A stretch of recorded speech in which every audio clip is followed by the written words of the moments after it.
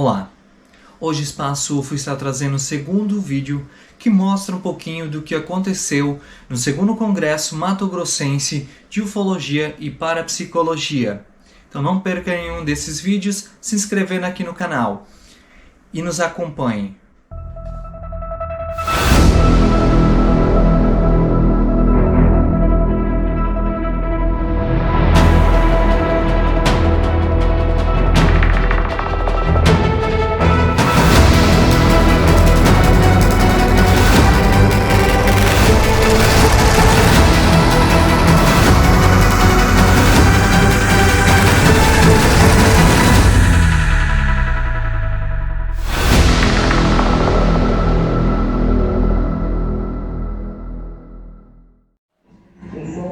Altas autoridades militares do Brasil admitiram publicamente pela primeira vez ter visto objetos voadores não identificados. A aeronave fez a formação de combate e a presidência de lado Nós vamos proceder no motor de marcha da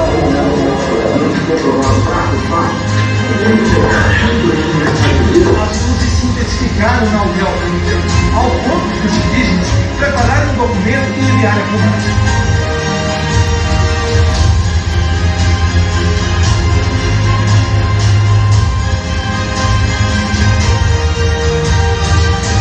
Now confirms the existence of a secret UFO program tasked with investigating reports of unidentified flying objects. The U.S. Navy has finally acknowledged that videos appearing to show UFOs flying through the air are real. They don't call them UFOs, they call them unidentified aerial phenomena. A recent Pentagon report shows nearly 150 sightings of unidentified aerial phenomena, or UAPs, since 2004. The report says only one could be explained. The Defense Department just announced the creation of a new task force to find and identify UFOs. It's called, get this, the Airborne Object Identification and Management Synchronization Group. Even the highest levels of academia seem to be taking UFOs much more seriously. One Stanford researcher looking at the brain scans of subsurface creatures who say they encountered UFOs. Meanwhile, at Harvard, it focuses on the skies. Astrophysics professor Henri Lowe co-founded the Galileo project to invest in high-tech telescopes, infrared cameras, and specialized AI software, hoping to collect scientific data on the kinds of mysterious objects that have been spotted by fighter pilots who say they seem to break the laws of physics. Então, vocês veem, é o canal que eu montei para compartilhar o trabalho que eu estava fazendo, por incentivo de muitos colegas. Em 2017, não sei porquê, ainda ninguém sabe porquê, existe uma agenda do governo americano para revelar esse fenômeno. E ninguém sabe a origem disso. Por que eles querem revelar nesse momento? Tem várias hipóteses que eu não vou mencionar aqui, mas em 2020 é feita a força-tarefa do Pentágono de investigação de fenômenos. Em 2021 é emitido o primeiro relatório público. Em 2021, final de 2021 para 2022, Harvard entra com o projeto Galileu para investigar esses fenômenos. Então hoje, graças ao trabalho que começou na Operação Prato, começou lá atrás com pesquisadores como Ataíde, como Ampup, Jevaé e outras pessoas que são os ufólogos, e pessoas que davam a cara a tapa quando ninguém podia falar desse assunto, porque era tratado como chacota, a Ataíde sabe disso, né? Desse preconceito. A gente está aqui graças a esses caras, e graças à pressão do povo e vocês que acreditam nisso, talvez o Pentágono, mais um motivo, o Pentágono está revelando isso hoje. Essa agenda que começou em 2017, e agora a Harvard está pesquisando esses fenômenos com o projeto Galileu, e hoje, cientificamente, tecnicamente, eu tenho condição de estar aqui por causa disso, com a maior tranquilidade do mundo. Deu no Jornal Nacional, vocês viram, né? A audiência está na terça-feira, e o deputado Mike Gallagher, ele foi depois no podcast, logo depois, porque ninguém conhecia ele, era um deputado que nunca tinha falado de OVNI, e foi o deputado mais incisivo na audiência. E num podcast, logo depois da audiência, ele fala assim: vocês falam muito de extraterrestre, mas vocês já pararam para pensar se forem humanos voltando do futuro? Porque faz muito mais sentido eles estarem preocupados com as nossas atividades nucleares aqui. Então, e você vê, tem uma coisa de congressistas com outras hipóteses além da hipótese extraterrestre. E a nossa realidade, a realidade que a gente vive, ela é moldada por o que a gente vê, pelo que a gente escuta e pelo que a gente sente.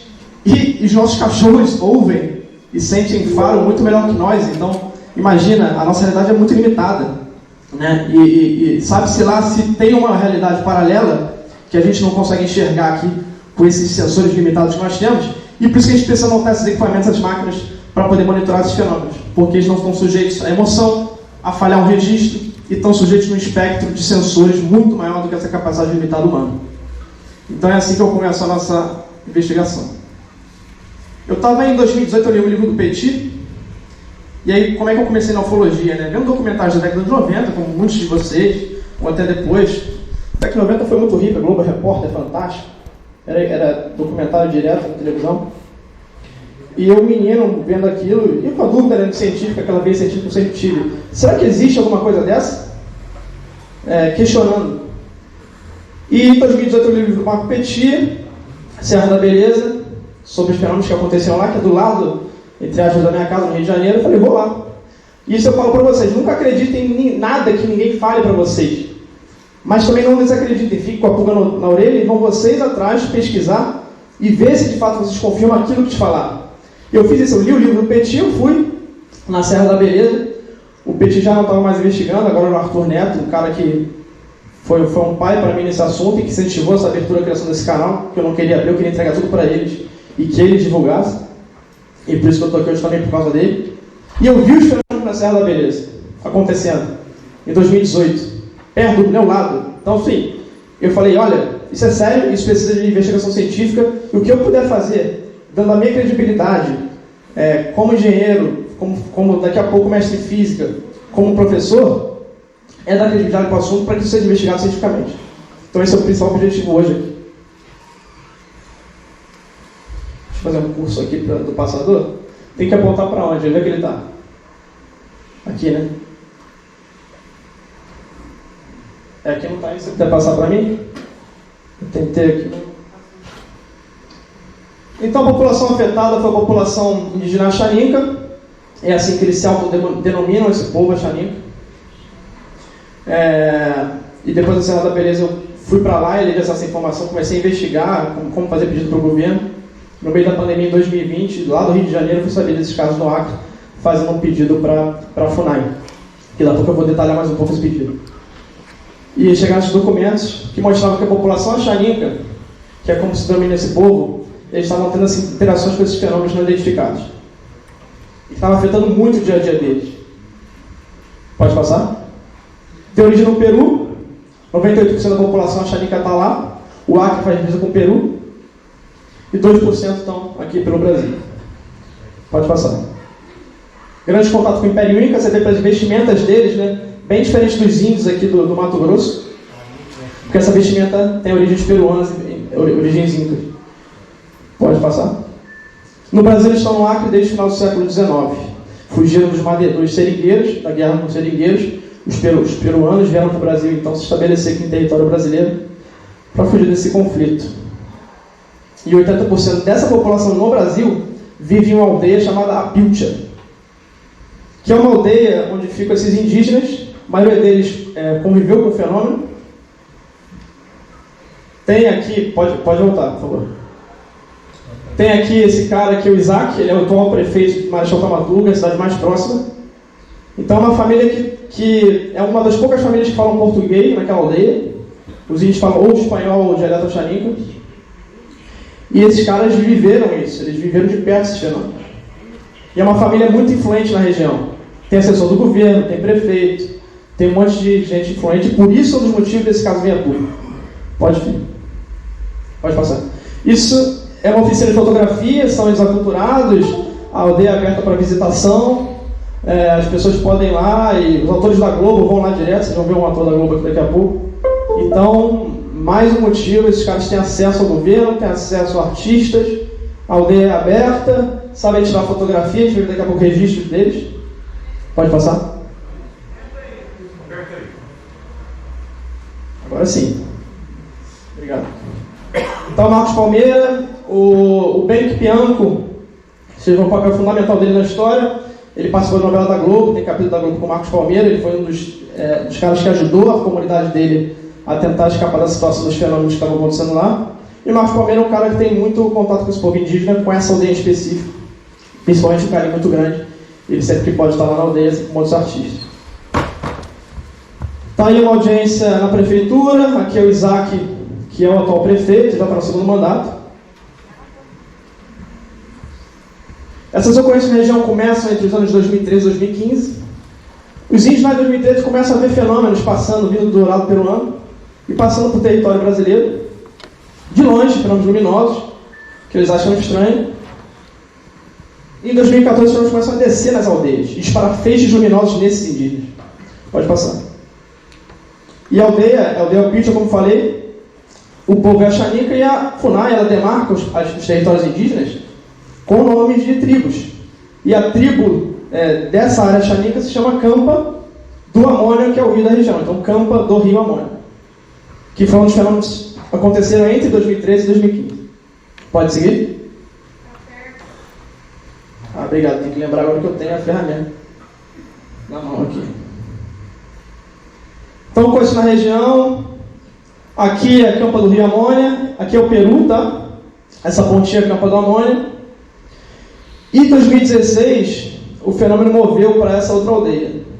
O fenômeno se comporta dessa forma, desde a Operação Prato. Ele vem em populações ribeirinhas ou populações indígenas, isoladas, geralmente. Eles descem, fazem as atividades que têm que fazer, 2, 3 meses, 1 ano. Quando começa a chamar muita atenção, eles movem para a próxima. Então esse fenômeno ele fez, daqui a pouco mostrar um mapa melhor, ele faz essa direção aqui, tá? Esses documentos tratam, os documentos oficiais são são quase 200 páginas. E quem investigou esse fenômeno nesses documentos? A FUNAI, a Polícia Federal, o Ministério Público Federal e a Secretaria de Segurança do Estado do Acre. Oficialmente, tá?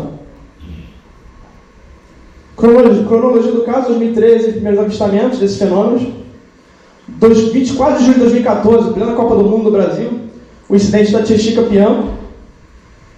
E agora eu vou pedir para cortar e botar no vídeo 2, que mostra lá da Polícia Federal. Esse vídeo é do inquérito da Polícia Federal, que mostra o relato dos indígenas que foram afetados nesse evento desse dia. Acho que não está aparecendo na tela, não. Tá o slide aí. Acho que apertar ESC aí, acho que ele não está aparecendo na tela, acho que tem que apertar ESC.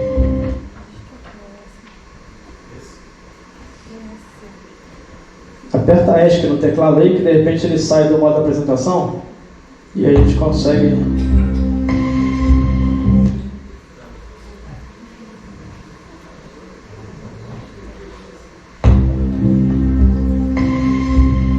Não foi não?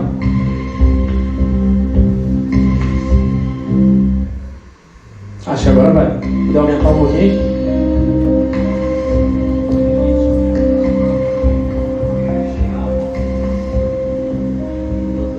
Você pode voltar, por favor? Só para o pessoal poder ver o contexto.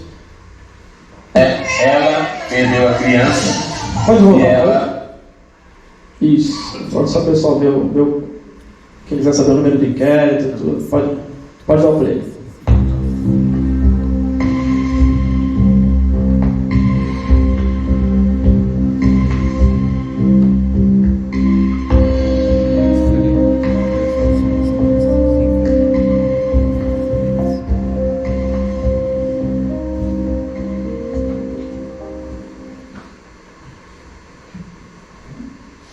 Ela perdeu a criança e ela passou pela dificuldade da luz aqui, que deixou o rosto e que perturbada. E essa, seja, e essa daqui foi a que ficou mais perturbada, que não queria olhar mais para luz nenhuma, só luz do dia. Então essas 3 meninas aqui foram as mais afetadas dessa casa. E em cima da história que eles falaram, eu queria que ela explicasse para ela como ela sentiu a energia. E também a Pinduia, como ela sentiu aqui e como ela viu. Porque ela disseram que faltou força de correr, força de falar, e a única coisa que saía dela só grito.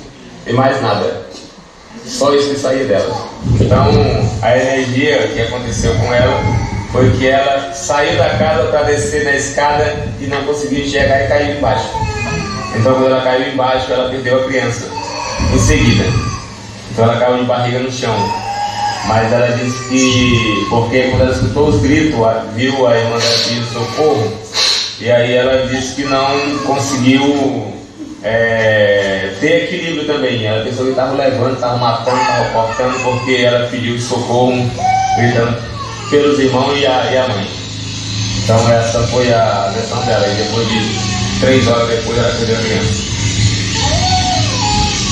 Ele secou ela viu quando o negócio cresceu de uma vez aqui. Ficou ali naquela coberta lá. E aí o foco de lá, ela disse, o negócio está aqui, o que é isso? E aí jogaram a luz em cima dela. Então quando a luz veio em cima dela, ela disse que ficou cega, ficou tonta, e ela não teve mais equilíbrio. Ela disse que viu uma coisa em segundo assim que endoidou a vida dela. Aí ela gritou para todo mundo, repara o que está aqui no meio do terreiro que vai matar nós, gritou pela mãe. Então ela, quando gritou pela mãe, aí ela disse que sentiu uma coisa no rosto dela que ela disse que não viu, mas ela sentiu os olhos delas como se algo puxasse os olhos dela para fora. E ela disse que não sabe se o rosto ficou vermelho, se ficou encarnado, se ficou inchado, se os olhos, é porque ela disse que não olhou. Mas todas as pessoas que olharam para ela viram os olhos encarnados como sangue e o rosto dela inchado. Mas ela disse que não olhou para o rosto dela. Mas ela disse que sentiu isso, e depois que ela viveu isso, ela disse que ficou como se estivesse bêbada, muito bêbada, não tinha equilíbrio. Ela foi para Caissuma, ela disse que quando chegou aqui na festa, ela disse que não conseguiu se equilibrar no meio do povo. Parecia que tinha um negócio que mexia com o cérebro dela e ela não conseguia se equilibrar. Então ela ficou 4 dias muito perturbada, e essa perturbação nela foi quando ela disse, eu vou para casa para me ficar quieto no meu canto para poder. Então essas 4 pessoas aqui foram as mais atingidas. Minha tia viu, quando essa família aqui viu, e os meninos que vieram de lá também, né? Mas ela disse que a luz não focou para lá, só focou para cá, e o negócio é como se tivesse uns 4 metros quadrados e em termos de uma bacia redonda que desceu, e foi só apenas isso. Ela está perguntando como que a gente vai acabar esses fenômenos se a gente não está conseguindo entender nem o que é isso, né? Então quais as responsabilidades do nosso país para poder pesquisar? Se fosse na Terra, nós poderíamos saber, mas as coisas vêm por cima, que é uma tecnologia que nosso povo não conhece. Então, gostaria que o nosso país pudesse trazer essa resposta para a gente, se conhece de tecnologia. E aí ela está dizendo também que eles atiraram, já fizeram um monte de coisa, mas não é coisa da Terra. Então, se é coisa da Terra, nós queremos também que o país possa pesquisar e saber direito. Pode voltar para a apresentação, por favor? Vocês viram a consciência dessa indígena, né? Ela nem fala português, e ela quer que o governo faça uma investigação científica para os próprios índios, para poderem falar para os índios o que está acontecendo. Então vocês veem a consciência dessa pequena indígena, e a maioria das afetadas foram as meninas. Uma estava grávida, nesse objeto que geralmente era formato cilíndrico, eles falam que é um formato de tambor, e muitas vezes descrevem como formato de caixa d'água, que é um objeto cotidiano deles. Esse objeto desce, joga esse feixe luminoso nessas meninas. Daqui a pouco vocês vão ver a altura que ficam as casas deles por causa das cheias dos rios, e elas caíram, e uma delas perdeu a criança, e outras se feriram, enfim, e tiveram efeitos fisiológicos da radiação dessa luz. Vermelhidão na face, desequilíbrio, tontura, dor de cabeça, etc. Então, esse é o relato que está no inquérito da Polícia Federal. Esse objeto ele desce entre 21 e 23 horas, quando os índios preparavam para dormir. Os índios notam um dos indígenas, um homem aponta, ele estava na filmagem sentado também, ele aponta, quando ele aponta o objeto sobe e vai embora. Quando os indígenas ficaram meio apreensivos, voltaram a tentar dormir. Quando tentaram dormir de novo, o objeto desceu no meio do terreiro da aldeia e disparou esses feixes luminosos de cor azulado esverdeado.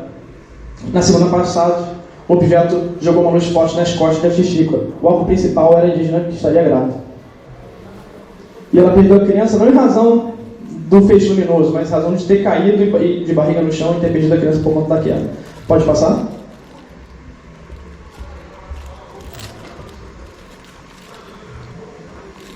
Então, em 27/7, 3 dias depois, o fenômeno volta. Tem um incidente do Giovanni de Almeida provando que é um fenômeno não somente indígena. O Giovanni de Almeida era engenheiro florestal, prestava serviços na época e viu esse fenômeno. Ele fala que ele pescava e ele viu uma esfera luminosa, de cor branca, movendo-se rápido no horizonte.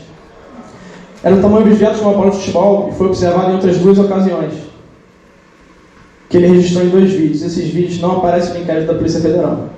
E eu não consegui obter ainda. Dia 29 de julho, o incidente de Mateus.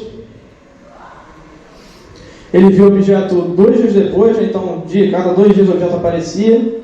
Era uma esfera luminosa vindo do oeste para leste, ou seja, da direção peruana, como é a tradição normal. Vocês vão ver que é normal lá, esses ocorrentes do lado peruano, vem do lado peruano entrando no Brasil. E ele fala que era da cor branca e tinha uma esfera menor acoplada na cor verde. Os objetos geralmente tinham uma luz branca incandescente, com uma luz verde acoplada e às vezes vermelha. Esse objeto vai ser mostrado para vocês daqui a pouco. Um incidente muito importante agora, gente, da Paula Colares. Vocês viram que os indígenas viram. A própria Polícia Federal ela tenta no inquérito falar que era ayahuasca. Essa é uma das tribos pioneiras no uso da ayahuasca, de trazer aqui para a civilização dos homens brancos a ayahuasca. E a Polícia Federal tenta, no começo do inquérito, falar que era ayahuasca. Mas aí o engenheiro florestal vê, e a Paula Colares, que era doutoranda em antropologia pela FRJ, ela estava lá fazendo uma vivência naquela tribo. E ela filmou esse objeto. No dia 30 de julho, às 19 horas, e reparem só a casuística, nesse mês de julho, sempre o objeto aparecia por volta das 18, 19 horas, que era o horário em que os índios iam pescar. E isso afetou muito a população porque afetou a subsistência deles. Eles não podiam mais pescar porque a hora da pesca era a hora em que apareciam e desciam esses fenômenos na aldeia. Então a Paula, que era antropóloga, e eu coloco ali o currículo dela, né? Hoje ela está na Federal do Oeste do Pará como professora de antropologia na área indígena. Não mais no Rio de Janeiro, não mais no Acre. E todo mundo viu, ela estava na casa do Isaac, o Isaac é o prefeito da cidade atual, e todos viram esse objeto descendo na aldeia. Ela não lembra de ter essa luz verde acoplada, vocês vão ver no vídeo que existe essa luz verde. E ela filmou esse objeto com uma câmera profissional que havia na aldeia, filmou em alta resolução, claro que o objeto não estava próximo, o objeto estava longe, mas daqui a pouco a gente vai ver essa filmagem, que foi anexada no inquérito da Polícia Federal. Afetando a subsistência da tribo, a tribo fica com medo, não pode mais pescar, não tem peixe, não tem subsistência, os índios começam a se trancar em suas casas, munidos de espingarda. Quando o objeto desce, eles atiram de espingarda. Geralmente, esse tipo de ação faz com que o objeto se afaste. Em 31 de julho, Benck, que é o pajé da tribo, ele envia uma carta de apoio à FUNAI, pedido de ajuda à FUNAI. Você vê a influência dessa aldeia, né? Esse fenômeno deve acontecer em várias aldeias. Só que no mesmo dia, o governo do Acre, ele acionou as forças de segurança. No mesmo dia que a carta chega na FUNAI. Você vê a influência que essa família tinha na região.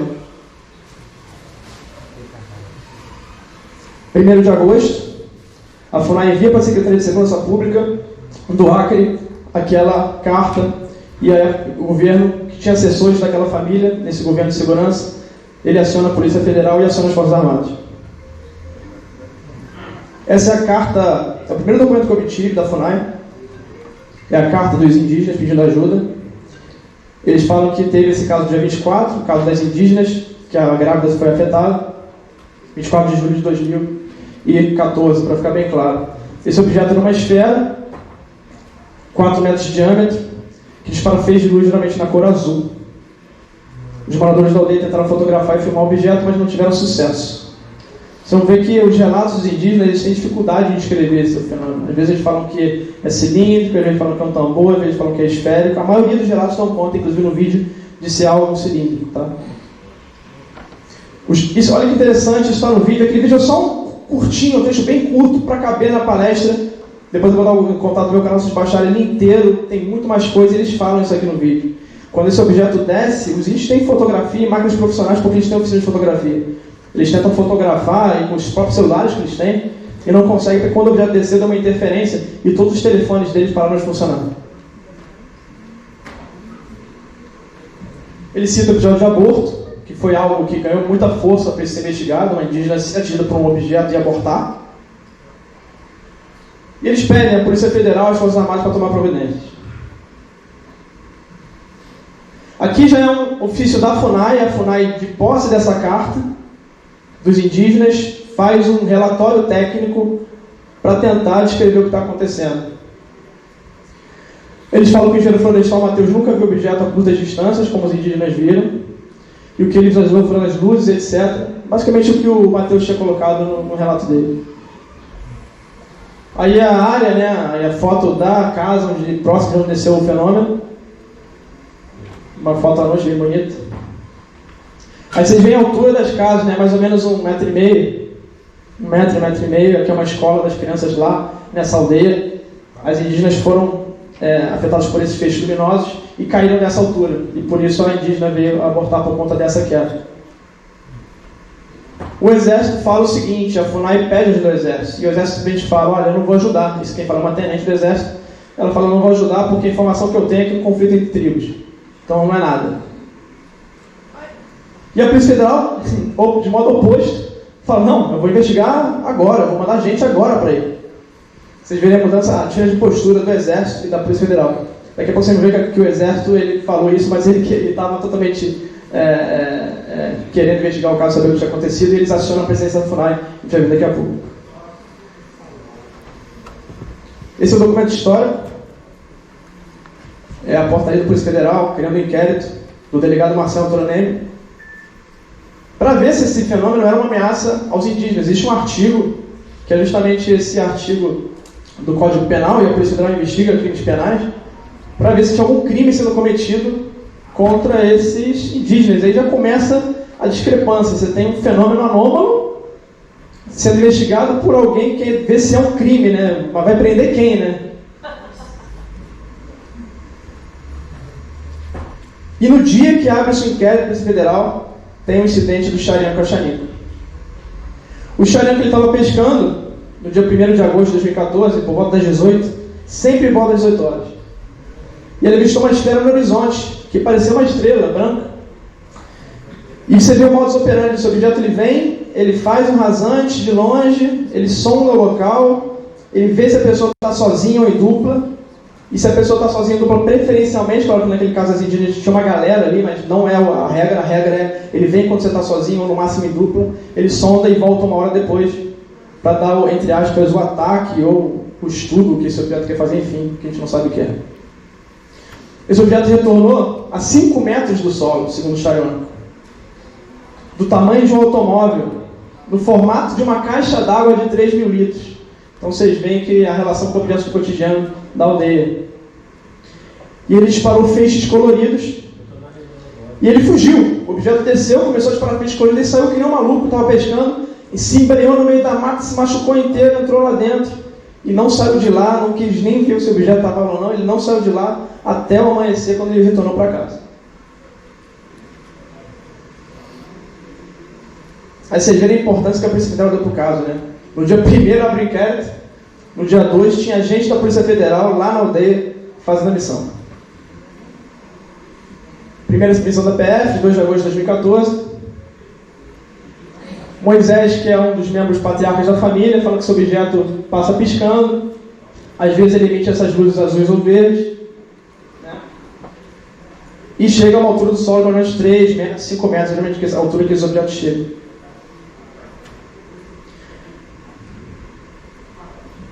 Aí ele está repetindo basicamente o que os outros indígenas falaram ao longo dos outros relatos que eu já falei, então vou passar. Esses documentos todos tem vou passar um link depois para vocês poderem baixar, tá? E isso tudo está no relatório da primeira versão da PF, é um relatório do inquérito que foi aberto. E aí afirma-se, né, que a enfermeira, tinha uma enfermeira na época na aldeia, e os índios falaram que essa enfermeira teria visto os objetos e tal. Vocês vão ver aqui que a Polícia Federal encontra algumas inconsistências no sentido de que os índios aumentaram um pouco a história, ou teriam aumentado um pouco a história, para pedir ajuda. E, evidentemente, eles devem estar acostumados a pedir ajuda das forças de segurança quando tem algum problema e ninguém ajudar, o pessoal ignorar. Então, por conta disso, esse trauma, talvez algumas coisas eles aumentem, inclusive uma coisa que foi confirmada que foi aumentada, foi essa enfermeira que não viu, ou pelo menos falou que não viu, que esses objetos. Mas que ela também fala no inquérito que não acredita eles estarem mentindo. Aí tem uma incongruência, a menina estaria grávida ou não, pode ter sido um aumento também que a gente não sabe. São algumas consciências apontadas nessa investigação da Polícia Federal. A Polícia Federal cita, né? Muitas situações eles se encontram sob substâncias alucinógenas. E a gente viu que não somente indígenas viram o fenômeno. E daqui a pouco vai ver um caso mais impressionante aí envolvendo um antropólogo. 2 de 2014, incidente de Wilson Leteiro. O Wilson estava em sua casa, por volta das 21, esse objeto queria descer, ele ameaçou descer. E aí o neto dele começou a chorar. E esse objeto, assim que o neto começou a chorar, esse objeto se afastou. E esse objeto estava a cerca de 20 metros de altura descendo já, na casa dele. E que ele teria visto outra situação, que esse objeto estaria mais de longe.